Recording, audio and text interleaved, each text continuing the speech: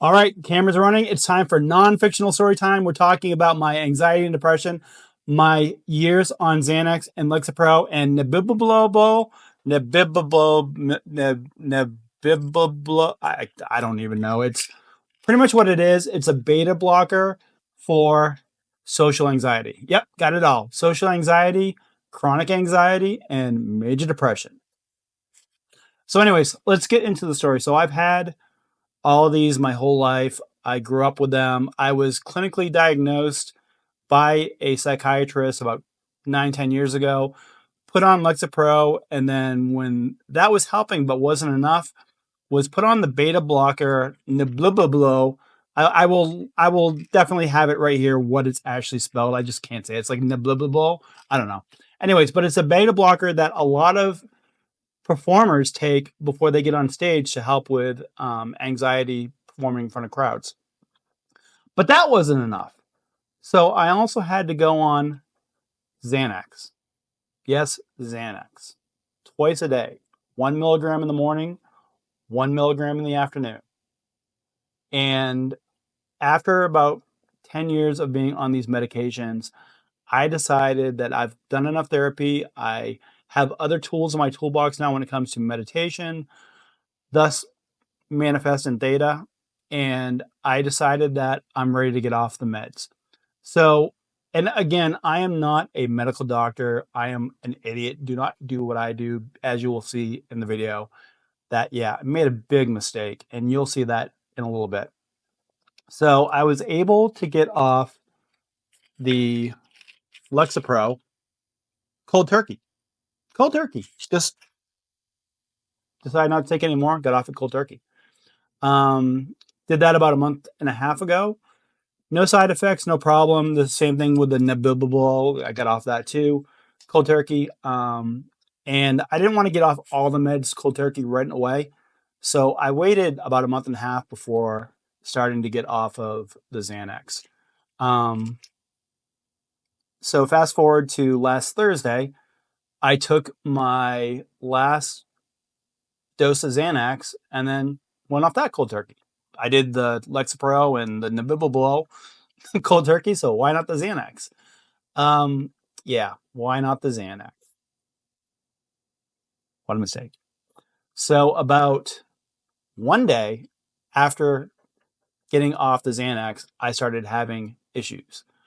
I started having heart palpitations. I started having cold sweats. I started having issues thinking. I was getting a little dizzy, a little nauseous, but I chalked it up to, okay, well, I'm off the meds. I must be going through some kind of withdrawal from the Lexapro. It's what it has to be, right?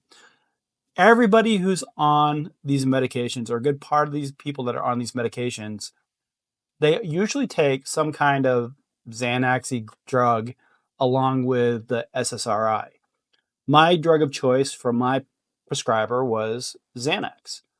It's only a little bitty pill. I mean, it's little. And I took it twice a day, once in the morning, once in the evening. So I didn't think that that would have a big withdrawal on my system when I decided withdrawal on my system. Is that even a sentence? Anyways, I decided that it wasn't going to hurt me when I got off the meds cold turkey.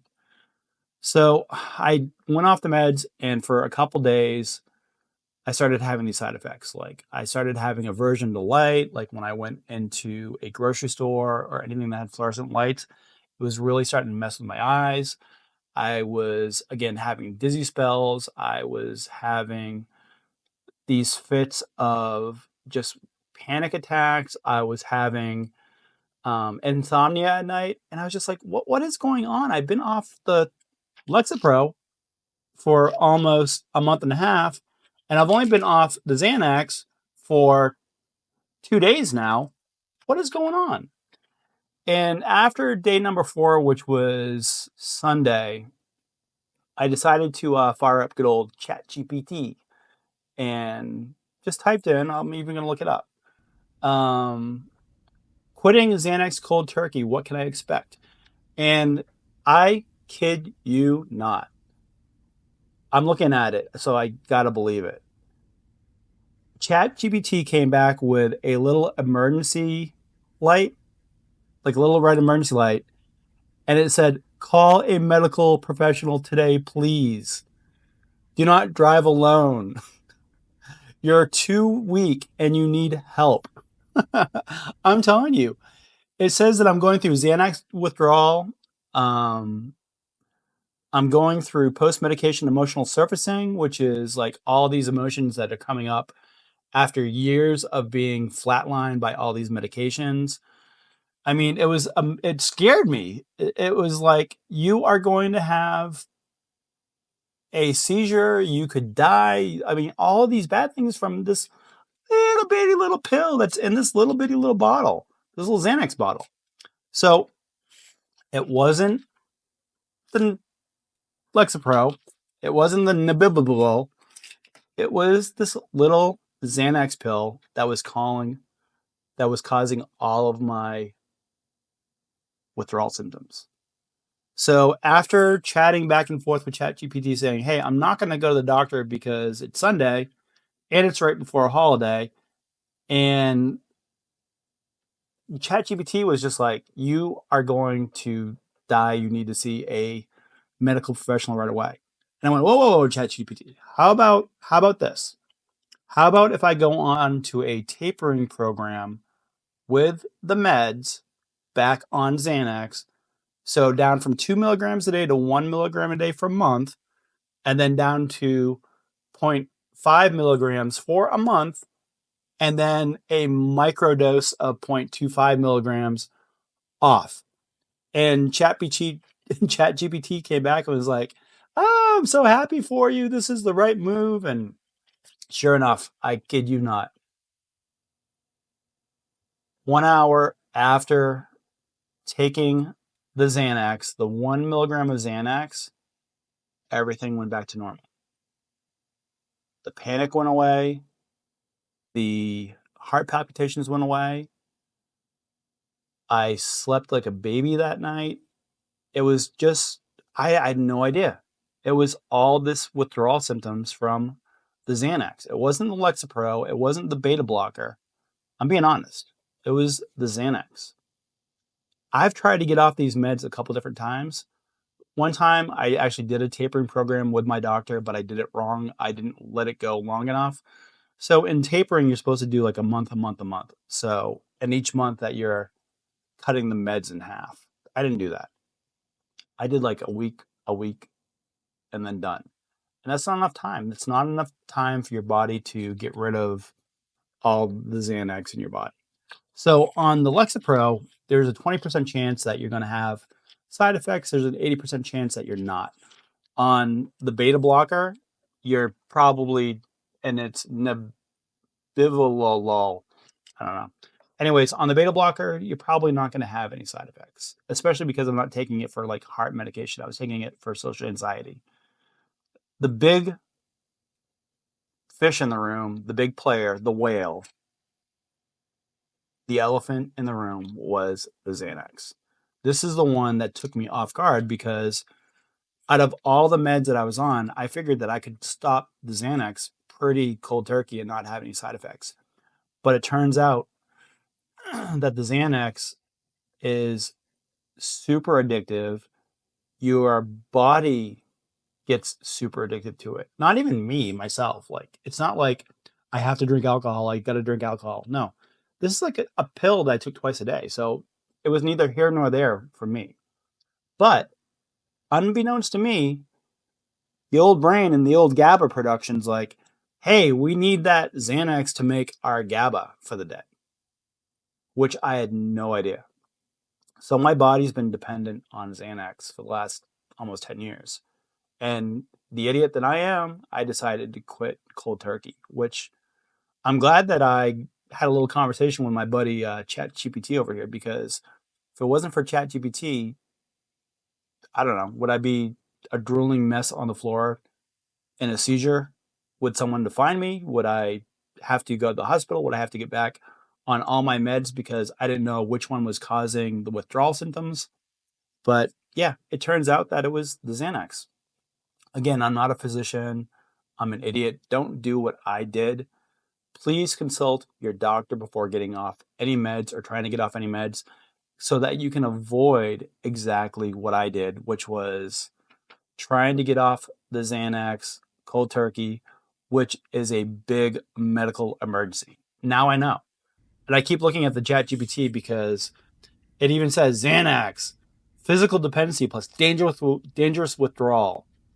Stopping Xanax too quickly can lead to severe, even life-threatening symptoms, including seizures, hallucinations, extreme anxiety, rebound insomnia, heart issues. I had all of it except for the seizures. I went to the gym in the morning on Saturday, and I was like beside myself because like I was just like I felt like that I wasn't myself, that I was having like heart palpitations, that something wasn't right, and it was my body going through severe withdrawal from the Xanax, which I had no idea. So again, now I'm back on the tapering program with the Xanax. I'm still off of the Lexapro and the beta blocker, but I had to go back on the Xanax because it wasn't me being weak. It wasn't me not being able to quit cold turkey. It's my body chemistry saying, hey, if you want to survive, we need to get this stuff out of our system slowly.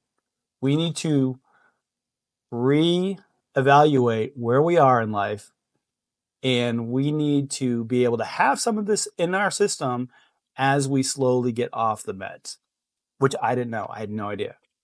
So anyways, that's the story of my 10 years on Xanax and quitting cold turkey and how ChatGPT might have saved my life. I don't know.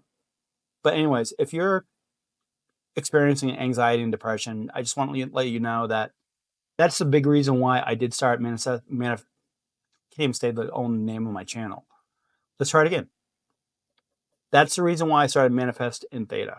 So I started Manifest in Theta because, again, I have anxiety and depression, and I have imposter syndrome. So I go through a lot of this stuff emotionally myself. So I created the sleep hypnosis and theta state for insomnia, which I used. I did the sleep hypnosis for depression, anxiety, which I used. I created the sleep hypnosis for abundance and wealth because that's what I needed, right? And this stuff is scientifically proven. You can actually look it up. You can use ChatGPT. Just do sleep hypnosis, Dr. Bruce Lipton, theta wave, and it'll show you that as you're drifting off to sleep at night, that you get into the state of theta.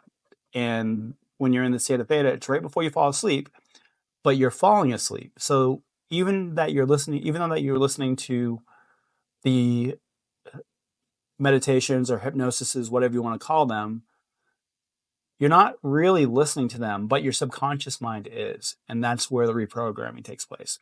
So feel free to look around, look at any of the videos that I've produced so far.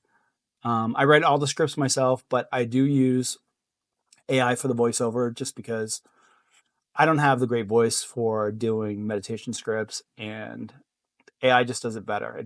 And I'm able to get my point across a lot quicker. But what I will be doing is doing these kind of candid vlog style videos, just getting you updates on how I'm doing, what we're doing with Manifest and Theta. And if you guys need anything, please reach out, please comment. And if you want to help me, it's free.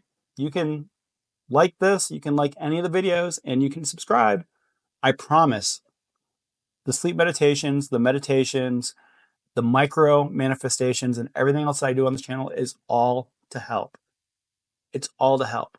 I am here to help you because I know what it means to have problems. I know what it means to be bugged by insomnia and depression and heartbreak and love lost and love gained. And I'm just here to help you. So if you need anything, let me know. My name's Dave Constein, and welcome to Manifest and Theta.